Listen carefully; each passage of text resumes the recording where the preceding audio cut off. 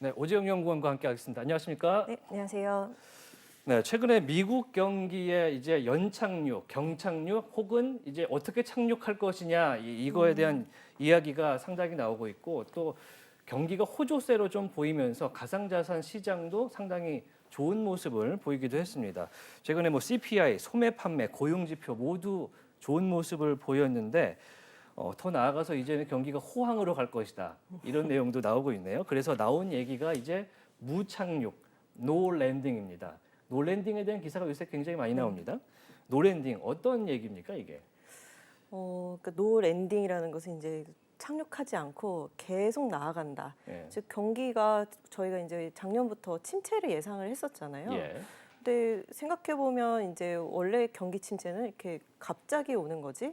이렇게 예상했는데 침체가 온 적이 있나라는 의구심과 두 번째는 실제로 경제 지표들이 이렇게 나와 보니까 너무 생각보다 좋다는 거죠. 그러면서 이제 경기 침체 없이 이대로 호황세를 계속 나가는, 그러니까 경기 사이클로 보면 그냥 확장 국면이 지속되지 않을까라는 얘기가 이제 이번에 나온 노 랜딩이고요. 네. 보통 이제 대비되는 개념이 경착륙이랑 연착륙인데 이제 연착륙은 이제 스무스하게 이제 이렇게 얕게 이제 경기 둔화가 왔다가 이제 올라가는 모습. 이런 걸 얘기하는 거고요. 경착륙은 우리가 아는 그 뭐 리만 사태 때나 이런 식으로 좀 경제가 세게 부딪히고 이제 실업도 많이 나오고 뭐 주가도 폭락하고 그러고 나서 다시 올라가는 그런 사태를 얘기를 합니다. 네. 사실 이제 미국 연준에서 금리를 인상할 초기만 해도 이제 경기 침체에 대한 우려가 있다. 경착륙 가능성이 높다. 이렇게 얘기가 나왔었는데 이제 와서는 호황 가능성도 있다는 평가가 나오고 있거든요. 이제 미국 경제가 무착륙할 것이다. 이런 전망이 계속 나오는 이유가 뭘까요?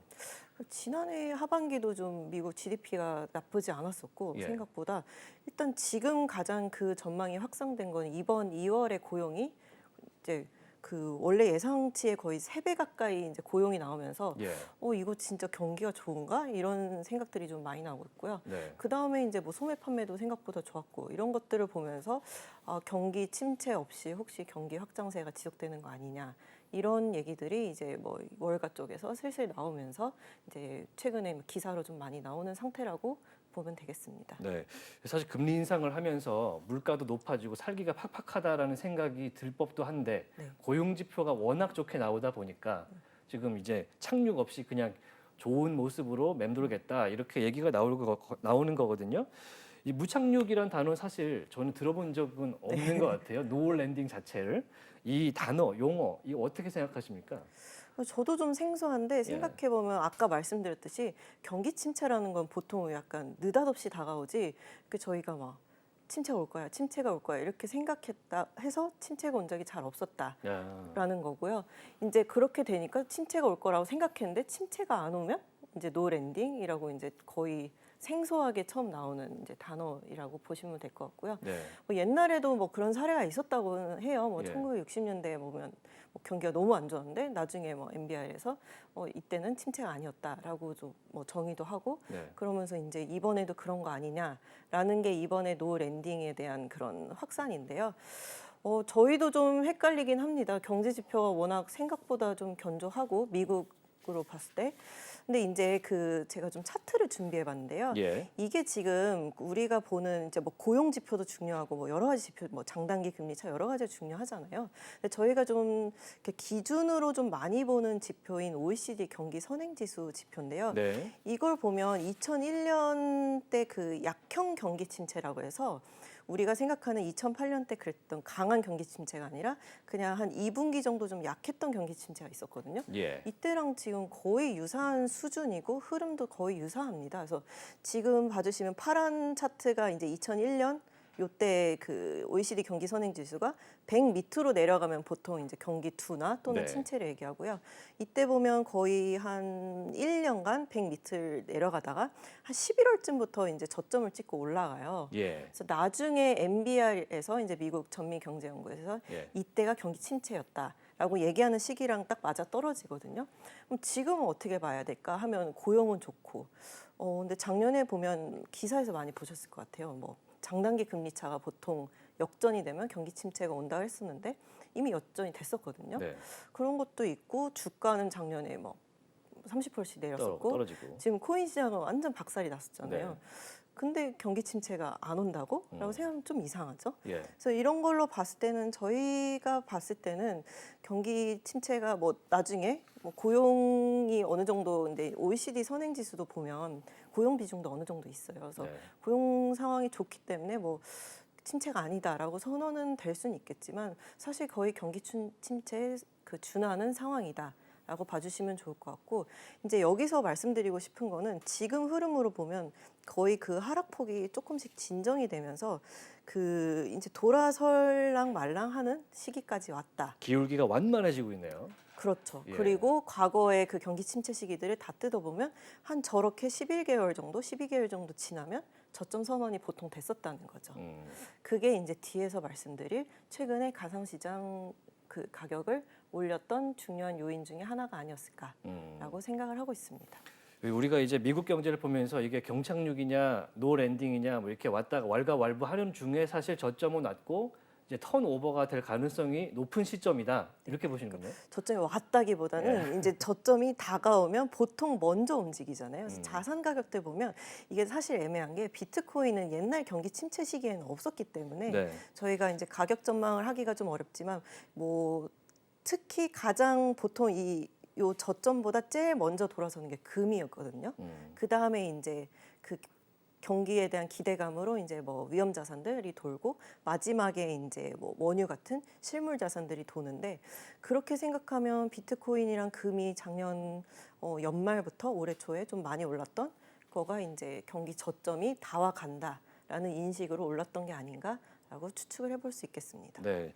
최근에 이제 가상 자산이 올랐다라고 말씀하시니까 그거부터 먼저 여쭤보겠습니다. 최근에 상당히 오른 경향이 분명히 보여요. 네네네. 뭐 50% 이상 올랐다는 기사도 있었던 것 같고 왜 올랐습니까?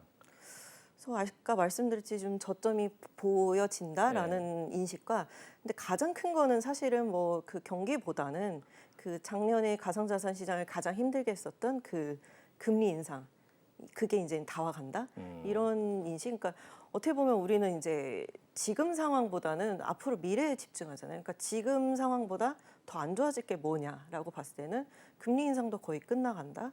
경기도 이제 뭐 저점을 거의 봐와간다. 이런 것들을 봤을 때는 이제 그러면 위험 자산들이 좀 이렇게 올라가는 흐름이 나오지 않을까라는 게 최근에 이제 비트코인, 뭐 금, 그리고 뭐 나스닥 이런 게 다 같이 올랐던 그런 현상인 것 같다라고 생각을 하고 있습니다. 그 최근에 가장 큰 이제 영향을 줬던 이제 팩터인 이제 금리 인상 기조가 조금 누그러진 것이 공식적으로 확인이 됐잖아요. 네. 그게 가장 큰 요인으로 보시는군요.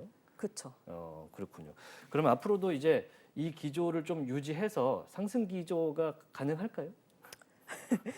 근데 앞서 말씀드렸듯이 이게 그러면 결국에는 금리 인상을 그냥 우리가 지금 기대하는 정도에서 멈추고 이제 경기가 이 정도로 흘러간다라는 게 지금 비트코인 가격에 반영이 돼 있잖아요.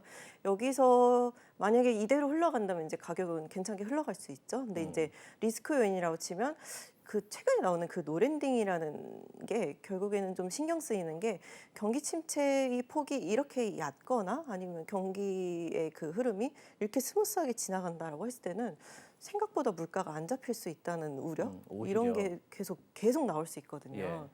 그래서 최근에 이제 뭐 일단은 연초에 한두 달 자산 시장이 막 달렸는데 지금부터는 물가 지표에 다시 한번 굉장히 흔들릴 가능성이 있다라고 생각은 들고 있고요.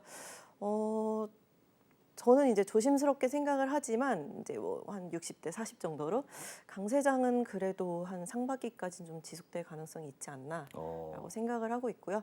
요거 차트를 좀 요것도 가져와 봤는데요. 2019년 비트코인 가격이랑 지금 굉장히 닮아 있다라고 생각을 하고 있습니다. 근데 여러 군데서 좀 그런 얘기 많이 하시는 것 예. 같아요. 그래서 지금 연도가 조금 잘못됐네요. 그러니까 2018년 12월 저점 3,000달러를 찍고 2019년에 이제 12,000달러까지 올랐었던 때 예. 이때도 보면 이제 긴축이 좀 완화가 되고 뭐 여러 가지 그 매크로 환경들이 괜찮은 것과를 이제 기반으로 비트코인 가격이 폭락했던 가격 기준으로 60% 정도 되돌렸었거든요. 그런 걸로 봤을 때는 최소한 우리가 65,000달러에서 그 17,000달러까지 떨어졌었나요? 예. 11월 달에. 네, 거기까지 봤을 때 어느 정도 되돌릴 수 있을까라고 봤을 때는 보통 얘기하는 게 이제 30%에서 한 60% 정도 되돌리지 않을까라고 생각을 하는데 그렇게 보면 이제 가격대가 이제 지금보다는 조금 더 올라갈 수 있는 여지가 있다라고 생각이 들고 있습니다. 네, 확실히 회복세는 가능성이 높아 보인다 이런 설명이신데 요거 관련해서 하나만 질문하겠습니다. 네. 지금 뭐 물가 상황이 안 잡힐 수도 있다라는 얘기도 나오고 있잖아요. 워낙에 호황이 좀 보이니까.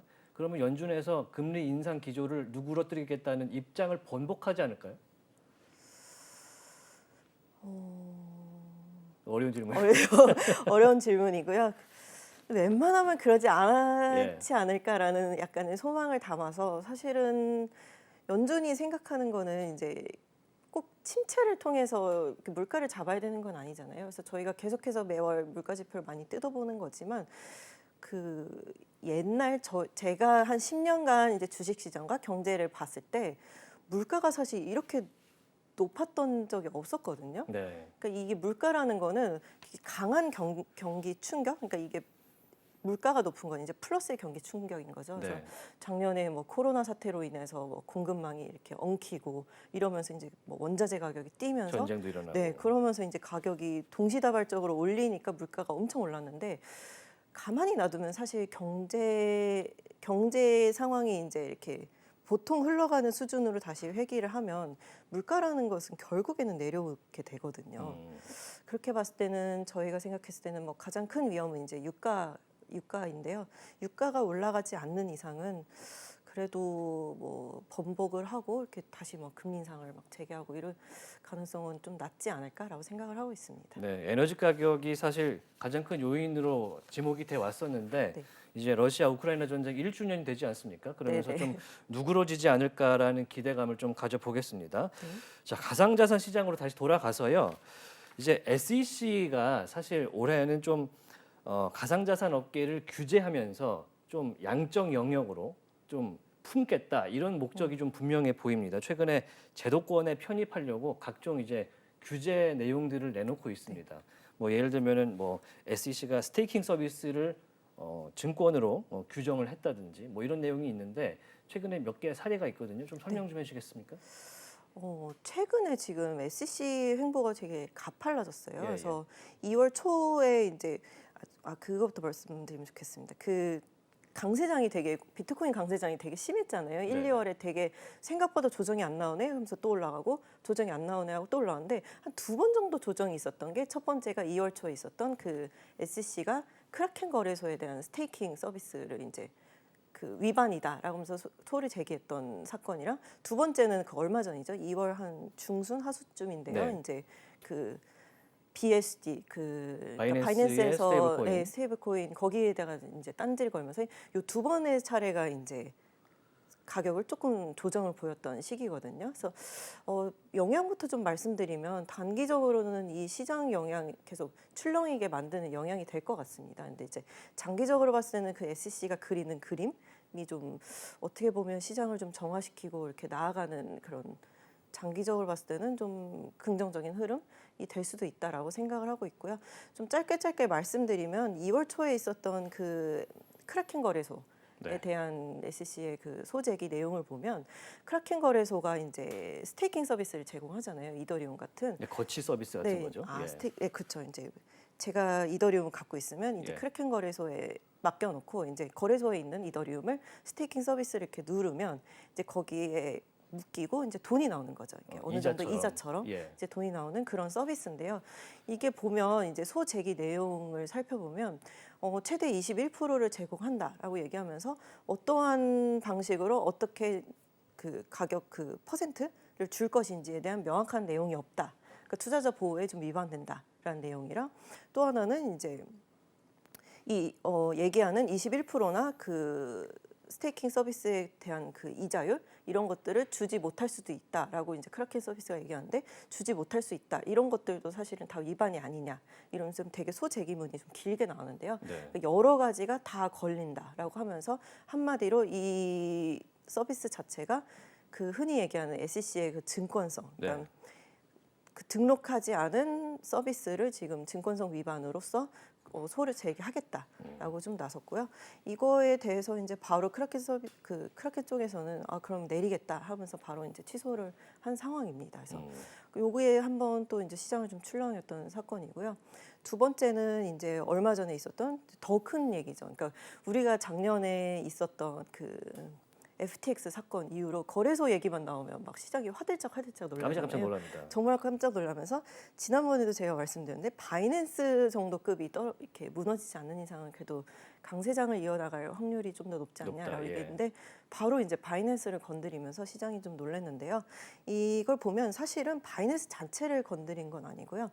바이낸스에서 사용하는 BUSD라는 스테이블 코인을 발행하는 팍소스사에다가 이 BUSD를 이제 발행하는 거 이것도 증권성에 위반된다라고 이제 웰스 노티스라고 해서 소를 제기하기 전에 경고를 주는 거죠. 너희가 이런 것들을 옐로 카드군요. 네. 그걸 했기 때문에 이제 소 제기문 그러니까 정확하게 어떤 것이 위반됐다라는 걸 저희가 알 수는 없는데요. 예. 이제 그동안의 그 SEC의 행보들 이런 걸로 봤을 때는 BUSD를 발행하면서 받았던 그 돈들을 뭔가 뒤에서 운영하면서 그 나오는 수익들을 뭐 창출하는 행위 이런 것들에 딴지를 걸었을 확률과 두 번째는 그 행위를 하면서 담보가 좀 부족할 수 있는 거에 대한 딴지 이런 여러 가지 내용들이 좀 걸렸을 거라고 예상이 되고 있습니다. 이제 미국 법무부에서는 사실 바이낸스의 이제 좌우창풍 CEO에 대한 조사도 하고 있지 않습니까? 이런 것들이 다 맞물려 있는 거군요. 그렇죠. 그러니까 지금은 크라켄 서비스 그리고 팍소스사의 BUSD 발행 그래서 되게 개별적으로 들어가고는 있지만 예. 이렇게 전반적으로 보면 이제 게리 겐슬러 그 의장이 옛날부터 얘기했던 스테이블 코인도 사실은 증권성이 있고 이런 스테이킹 서비스도 증권성이 있고 모든 것들은 SEC의 그 증권성 판단에 들어와야 되고 이런 것들을 통해서 규제를 돼야 된다라는 것들을 하나씩 건드리고 있는 행보다라고 생각되고 있는 상황입니다. 네, 이제 미국의 규제 당국이 이제 품으로 끌어안아서 가이드라인을 이제 제공하겠다 이런 식으로 나오고 있는데 이게 결국에는 손을 뻗치고 있는 이유가 뭐라고 생각하세요? 작년에 워낙에 사건 사고가 많았고 예. 올해 이런 행보가 빨라질 거라고 좀 시장이 예상이 예상을 됐었어요. 했죠, 예. 이게 그러니까 작년에 FTX 사건, 뭐 그 전에 루나 사태 이런 것들 하면서 워낙에 좀 이제 뭐 피해를 봤던 투자자들도 많고 이제 시장이 너무 어려웠기 때문에 이거는 그대로 둬서는 안 되겠다 하면서 원래는 뭐 이제 그 가상화폐 시장을 누가 주도권을 잡고 규제를 하냐, SC냐 아니면 그 상품을 보고 CFTC에서 건드리냐 이런 논란들이 있었는데 지금 SEC에서 봤을 때는 이런 거는 다 규제를 좀 강하게 해서 시장을 좀 정화해야겠다 이런 움직임으로 보이고요. 이게 지금 사실은 악재죠. 그러니까 찬물을 끼얹고 네, 있죠. 강한 쪽에서 규제를 들어가니까 굉장히 악재라고 볼 수 있는데요. 이제 그나마 좀 긍정적으로 볼 수 있는 거는 이 그 정화 작업들이 좀 끝나고 나면 더 강한 쪽에서 규제를 해놓은 상태이기 때문에 그 우리가 흔히 얘기하는 기관 자금은 언제 들어오지? 그러니까 그렇죠. 원래 들어온 자금들이 좀 있잖아요. 그러니까 작년에 뭐 테슬라 들어오고 뭐 여기저기 기관 자금들이 들어오면서 시장을 엄청 끌어올렸었는데 그 이후로 사실 좀 잠잠하잖아요. 그리고 최근 서베이들도 보면 다시 작년에 그 시장 상황이 안 좋으니까 가상자산 투자 안 할래. 이 비율이 더 높아지고 있거든요. 그래서 이런 시장 작업들이 좀 진행되고 나면 결국에는 그런 금융사들로부터 조금씩 수탁 서비스들이 시장에 자금이 들어오지 않을까라는 장기적인 기대까지도 해볼 수 있겠습니다. 이제 사실 이제 지난해 11월에 FTX 거래소의 파산 이후에 사실 장래가 아수라장이 됐거든요. 지금 이거를 SEC가 청소를 하고 있고 그렇죠. 청소가 끝나면 이제 기관이라든지 대형 증권사들, 운용사들이 침투를 시작할 것이다. 실제로 그런 좀 움직임이 좀 있습니까? 최근에? 근데 제가 찾아보면 다들 뭔가 이렇게 준비는 하고 있고 기사들 보면 뭐 TF를 만들었든지 부서를 신설했든지 서비스를 만들었든지 뭐 작년에도 한창 이슈가 됐었던 게 블랙록에서 막 스탁 사업 예. 시작한다 이런 것들이 있었잖아요. 그래서 다 준비들은 돼 있고 지금 그냥 시장 상황을 보고 있는 상태라고 보이거든요. 예. 그래서 그렇게 보면 지금 준비된 것들이 결국에는 어떤 신호탄만 이렇게 쏴주면 나아갈 수 있는 상태다라고 보이고요. 그 신호탄까지는 아니지만 그 전제로 한번 이렇게 청소를. 청소를 하고 이 청소가 또 중요한 게요. 작년에 우리가 이제 또 시장에서 제일 중요는 아니지만 이제 중요한 이슈 중에 하나가 현물 ETF 승인이 돼야 되잖아요. 그것도 결국에는 이 청소까지는 아니어도 SEC든 CFTC든 어디서 규제를 잡아갈까 이게 결정되고 마련이 된 다음에 이제 현물 ETF를 승인하겠다는 게 그 입장이거든요. 예. 그런 걸로 봤을 때는 어쨌든 하나씩 단계를 밟아가는 수순이다라고 생각해 주시면 좋을 것 같습니다. 네. 짧게 막 그 트리거, 그 발사되는 시작점은 언제쯤 볼 수 있을까요? 예상하시는 바가 있습니까? 그 좀 걸리겠죠. 네, 뭐 올해는 쉽지는 않을 것 같고, 예. 근데 잘 모르겠습니다. 뭐 올해 연말 이어도 될 수도 있고요. 근데 좀 그냥 장기적으로 보면 내년에 좀 기대를 해보고 있습니다. 네, 일단 청소 작업부터 네네. 지켜보도록 하겠습니다. 자, 오늘 KB증권의 오재영 연구원과 함께 가상자산 이야기 나눠봤습니다. 오늘 말씀 고맙습니다. 네, 감사합니다. 네, 인포맥스티 오늘 순서 여기서 모두 마치겠습니다. 오늘 보신 내용은요, 유튜브 채널 연합뉴스 경제TV에서 다시 한번 보실 수가 있습니다. 저희는 다음 이 시간에 돌아오겠습니다. 함께해 주신 여러분 고맙습니다. 안녕.